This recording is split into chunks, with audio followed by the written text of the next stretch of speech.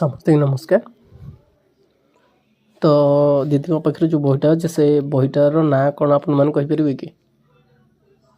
ହଁ ସେଇଟା ହେଉଛି ସେଇଟା ଯେଉଁ ଆମର ଏଲୋଡ଼ା ଯେଉଁଟା ଥିଲା ତାକୁ ଯେଉଁ ଟ୍ରାକର୍ ଆମକୁ ୟୁଜ୍ କରୁଥିଲେ ସେଇଟା ହେଉଛି ସେ ବୁକଲେଟ୍ ଫର୍ମରେ ଅଛି। କ୍ଲାସ୍ 1 ପାଇଁ ଗୋଟେ, କ୍ଲାସ୍ 2 ପାଇଁ ଗୋଟେ, କ୍ଲାସ୍ 3 ପାଇଁ ଗୋଟେ।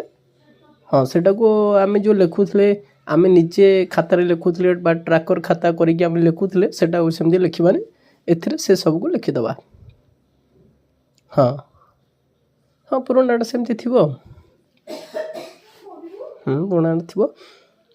ତାପରେ ଏବେ ଦେଖିବା, ଆସନ୍ତୁ ଦେଖିବା ସମ୍ପୂର୍ଣ୍ଣ ଭାବରେ ଦେଖିବା ଟ୍ରାକର୍ଟାକୁ ସମ୍ପୂର୍ଣ୍ଣ ଭାବରେ ସେ ବୁକଲେଟ୍ଟା ସମ୍ପୂର୍ଣ୍ଣ ଭାବରେ ଦେଖିବା।